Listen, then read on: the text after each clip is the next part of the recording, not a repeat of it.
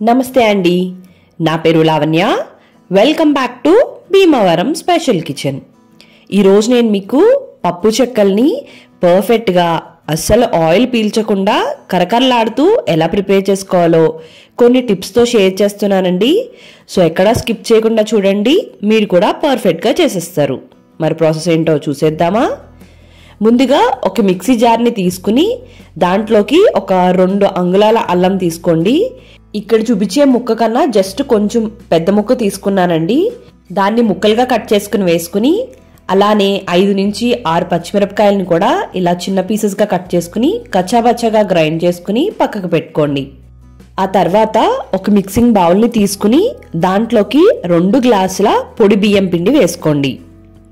ఈ బియ్యం పిండి మనం ఇంట్లో ఆడించుకున్నదైనా లేదంటే బయట ప్యాకెట్లోదైనా కూడా వాడుకోండి. దేంతో చేసినా సరే పర్ఫెక్ట్గా వస్తాయి ఈ పప్పు చెక్కలు. ఇప్పుడు దీంట్లోకి 1.5 టీ స్పూన్ల సాల్ట్ వేసుకోండి, పర్ఫెక్ట్గా సరిపోతుంది. అలానే ఒక 2 టీ స్పూన్ల నువ్వులు వేసుకోండి, చాలా బాగుంటాయి టేస్ట్ అండ్ హెల్త్కి కూడా మంచిది కదా. అలానే ఒక టీ స్పూన్ జీలకర్ర, అలానే మనం ముందుగా గ్రైండ్ చేసి పెట్టుకున్న అల్లం పచ్చిమిర్చి పేస్ట్, అలానే ఒక 1/2 కప్పు పచ్చిశనగపప్పుని 1 గంట ముందు నానబెట్టుకున్నానండి. వాటర్ లేకుండా యాడ్ చేసుకోండి. దీని బదులు పెసరపప్పును కూడా వేసుకోవచ్చు. అలానే ఒక 1/2 కప్పు పల్లీలను తీసుకుని వాటిని దోరగా ఫ్రై చేసుకుని పై తొక్కంతా రిమూవ్ చేసుకుని ఇలా హాఫ్కి బ్రేక్ చేసుకుని దీంట్లోకి వేసుకోండి.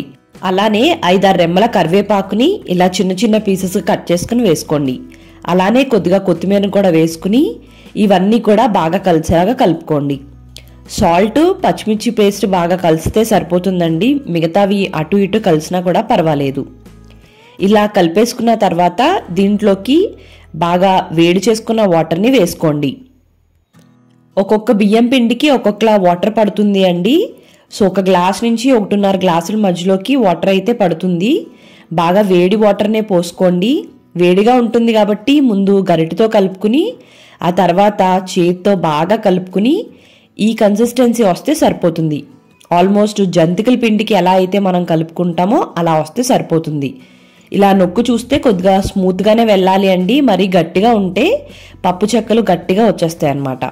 సో ఎగ్జాక్ట్గా అయితే ఈ విధంగా ఉంటే సరిపోతుంది.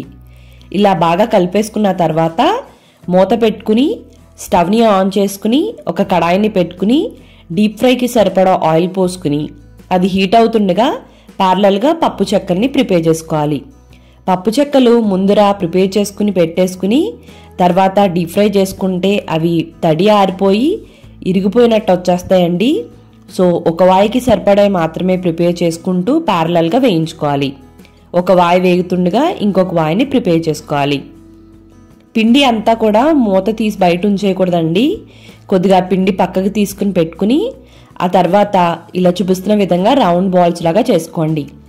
చిట్టి పప్పు చెక్కలు కావాలి అనుకుంటే కొద్దిగా చిన్న ఉండలు చేసుకోండి, పెద్దవి కావాలంటే నేను చూపించిన సైజుని చేసుకుంటే సరిపోతుందన్నమాట. ఇప్పుడు పూరీ ప్రెషర్ తీసుకుని 2 వైపులా కూడా కవర్ని కట్టేసుకుని కొద్దిగా ఆయిల్ అప్లై చేసుకుని లైట్గానే ప్రెస్ చేయాలండి. ఒక ఉండ పెట్టుకుని అప్పుడు చక్కగా ఇలా పప్పు చెక్కలు రెడీ అవుతాయి. చూసారు కదా, ఈ థిక్నెస్ ఉంటే సరిపోతుంది అండి. ఇంకోటి చూపిస్తున్నాను చూడండి. ఒక బాల్ని తీసుకుని దాన్ని పూరీ ప్రెషర్లో పెట్టుకుని లైట్గా మాత్రమే ప్రెస్ చేయాలి. మరీ హార్డ్గా ప్రెస్ చేసేస్తే పప్పు చెక్కలు బాగా పలుచగా వచ్చేస్తాయి. మరీ పలుచగా కాదు, మరీ లావుగా కాదు, ఈ విధంగా ఉంటే సరిపోతుంది. తర్వాత ఆయిల్ హీట్ అయిన తర్వాత మీడియం ఫ్లేమ్లో పెట్టుకుని వేయించుకోవాలి. ఇలా కొద్దిగా పిండి వేస్తే అది పైకి వస్తే సరిపోతుందండి. ఇప్పుడు కడాయికి ఎన్ని పడతాయో అన్ని పప్పు చెక్కల్ని వేసుకుని 2 వైపులా కూడా గోల్డెన్ కలర్ వచ్చేంత వరకు ఫ్రై చేసుకోవాలి. ఈ పప్పు చెక్కలు వేసేసిన వెంటనే గరిటెతో తిప్పొద్దు అండి, విడిపోతాయి. అవి కొద్దిగా గట్టిగా అయిన తర్వాత అప్పుడు 2 వైపులా కూడా తిప్పుకుంటూ వేయించుకోవాలి. ముందైతే మీడియం ఫ్లేమ్లో పెట్టుకోండి.